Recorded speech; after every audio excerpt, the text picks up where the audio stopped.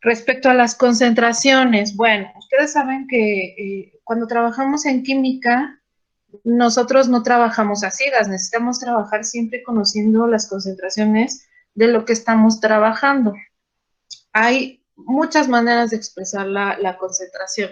Ahorita en este nivel lo que vemos son las concentraciones más básicas, las más frecuentes que ustedes encuentran, que son masa-volumen, masa-masa, porcentaje, molaridad y las partes por millón, ¿no? Que es como lo más frecuente que vamos a estar encontrando y trabajando. Entonces, lo primero que necesitamos conocer o saber para estar seguros de cómo se calculan las concentraciones es el concepto de mol. Seguramente ustedes ya habían visto o ya conocen o de alguna manera han estado en contacto con el concepto de mol, a lo mejor lo tienen un poco equivocado. Entonces ahorita es lo primero que necesitamos conocer. Cuando ustedes tienen una docena, ustedes saben que una docena equivale a 12 algo, ¿verdad? Bueno, en el caso del mol, un mol equivale a un número de algo. El número al que equivale el mol es el número de Avogadro. El número de Avogadro, y a lo mejor se ve un poquito pequeño aquí, es 6.023 por 10 a la 23. Esto quiere decir que tiene 23 lugares después de este punto, ¿ok? Es un número muy, muy, muy, muy grande. Puede parecer, se ve raro, a lo mejor el número lo ven raro, pero necesitan también ustedes aprender a manejar bien la notación científica de los números. Esto se le llama notación científica. Entonces, cuando hablamos de una docena tenemos 12 de algo y cuando hablamos de un mol tenemos 6.023 por 10 a la 23 de lo que sea. Cuando hablamos de lo que sea también tenemos que aprender a distinguir si estamos hablando de átomos, de moléculas o de iones, porque no es lo mismo tener un oxígeno solito, que sería un átomo de oxígeno, a tener una molécula de oxígeno. La molécula de oxígeno, ¿cómo es? Pues son dos oxígenos pegados, es O2. Eso es una molécula. Un átomo sería el oxígeno solo, O. ¿De acuerdo? Igual si tenemos cloruro de sodio y se separan y tenemos solamente los sodios con carga positiva, es un ion. Podemos tener moles de iones. Podemos tener moles de personas, podemos tener moles de naranjas, podemos tener moles de todo. Entonces, el mol no se limita nada más a la cuestión química. Ocupamos mucho los químicos, pero en realidad se podría ocupar para cualquier cosa. Podríamos tener moles de personas, ¿no? Ahora, ustedes saben cuánto pesa un mol de cualquier cosa. Podemos calcularlo. ¿Cómo lo podemos calcular? Utilizando la masa molar. Para calcular la masa molar o el peso molecular de una sustancia, necesitamos tener a la mano nuestra tabla periódica, porque ahí nos tenemos que fijar en el peso atómico de cada elemento. Acuérdense que el peso atómico es lo que pesa el núcleo, porque los electrones pesan muy poquito, y en el núcleo tenemos a los protones y a los neutrones. Pues lo que pesa el núcleo de los átomos es lo que conocemos como el peso de cada átomo, ¿no? Ahí está en la tabla periódica, el numerito que tiene varios decimales. Conociendo lo que pesa cada átomo, si nosotros tenemos una molécula de alguna cosa, si sumamos lo que pesa cada uno de los átomos, pues tenemos el peso total, ¿no? Ese es el peso molecular o la masa molar, lo que pesa un compuesto en total. ¿Y de dónde lo sacamos? Pues sumando nada más lo que pesa cada uno de sus componentes. Eso está bien fácil, ¿no? Supongo yo. Aquí tenemos cómo lo encuentran en la tabla periódica, para que sepan cuál es la masa atómica, de dónde la van a sacar. Y si tuviéramos H2, una molécula de hidrógeno, esa molécula de hidrógeno, ¿cuánto pesa? Pues pesa lo que pesan 2 núcleos de hidrógeno. Sumamos nada más, ¿no? Aquí se los manejan con varios decimales. Normalmente nosotros lo redondeamos a que sean números enteros o si acaso que tengan un solo decimal, ¿no? Entonces, para obtener la masa molar o el peso molecular de un compuesto, necesitamos poner la fórmula, estar seguros que está bien escrita la fórmula. ¿Cómo estoy seguro? Pues se tienen que apoyar de sus apuntes de química, de la nomenclatura, perdón. Después tienen que multiplicar lo que pesa cada uno de esos átomos por el número de átomos que hay, ¿no? Y se suman. Eso es todo lo que tendríamos que hacer, ¿no? Entonces, aquí tenemos, por ejemplo, la masa de...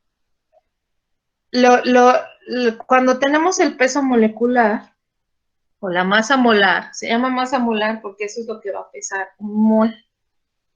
Por ejemplo, si un átomo de oxígeno pesa 16, UMAS, acuérdense que las UMAS son las unidades de masa atómica, son las unidades en las que está reportado el peso en la tabla periódica.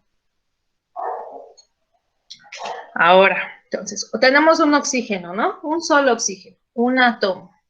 Yo sé que ese átomo pesa 16 UMAS, porque yo lo veo en la tabla periódica y ahí dice que pesa 15.99, lo redondea a 16.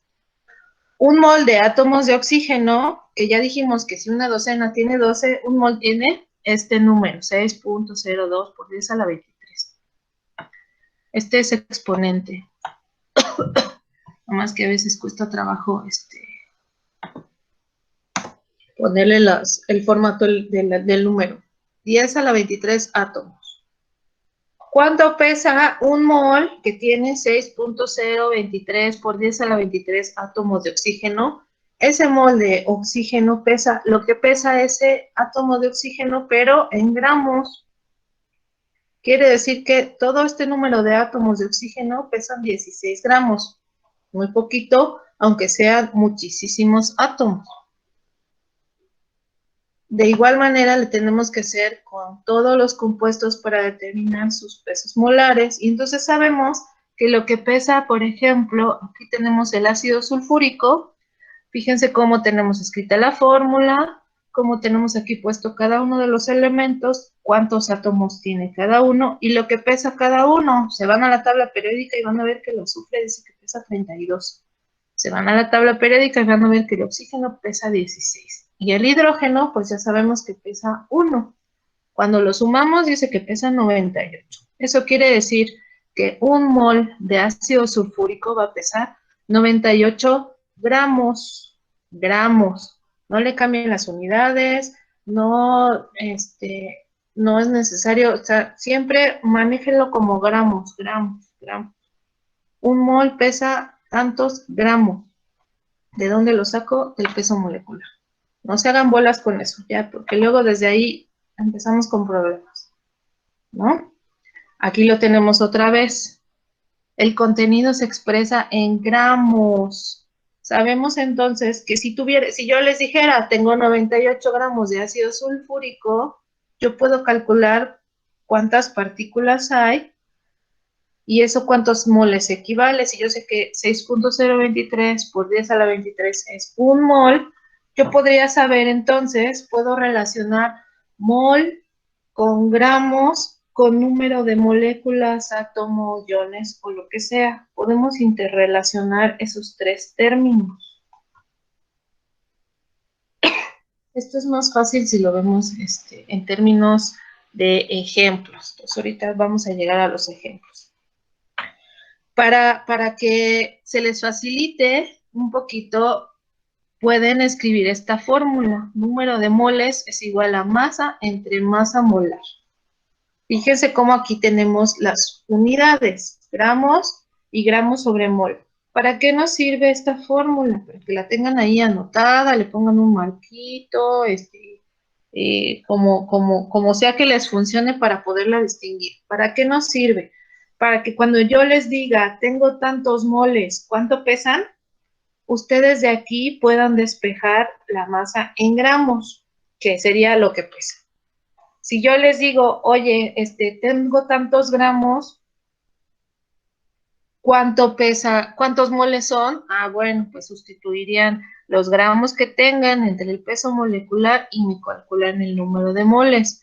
¿Por qué no hablo de la masa molar? Porque esa ustedes la calculan conociendo la fórmula del compuesto.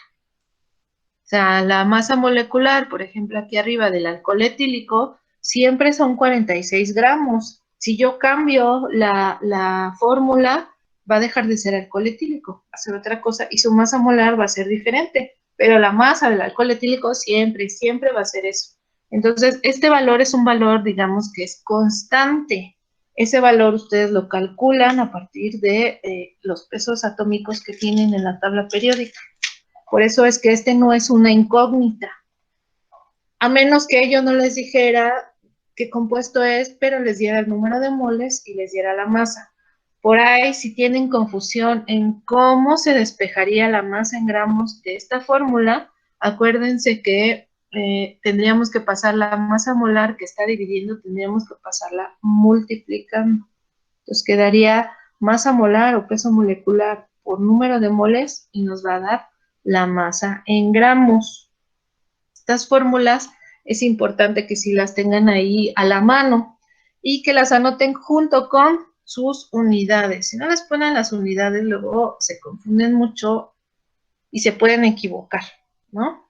Entonces, aquí vemos un ejemplo. ¿Cuántos moles? Me preguntan la cantidad de moles y me dan la masa, 15 gramos de ácido nítrico. Entonces, tengo que poder relacionar los moles con la masa. Ya vimos la fórmula. Lo primero que tengo que hacer es que calcular el peso molecular. ¿Cómo calculo el peso molecular? Pues escribo la fórmula HNO3. Voy a multiplicar el peso de cada átomo por su peso atómico. Buscan en la tabla periódica, el nitrógeno pesa 14. El oxígeno ya habíamos dicho 16 y el hidrógeno 1. Hago mis multiplicaciones, sumo. Entonces yo sé que un mol de ácido nítrico pesa esto. O sea que pesa 63 gramos. Este 63 gramos sobre mol quiere decir que cada mol pesa 63 gramos. Es una forma diferente de expresarlo. Si ustedes manejan bien las reglas de 3, también lo pueden resolver por medio de reglas de 3. Al final es la misma operación. Entonces, con la fórmula que teníamos, número de moles igual a masa sobre masa molar. Aquí tenemos la masa molar y nos da el número de moles, ¿no? Es una simple sustitución. Aquí el único chiste es que ustedes tienen que tener claros cuáles son los datos que tienen y cuáles son los datos que les están pidiendo. Ahora, hay este otro tipo de problemas en los cuales les preguntan el número de átomos. Podrían preguntarles el número de moléculas, cualquiera de los dos. ¿Cómo le hacemos para distinguir?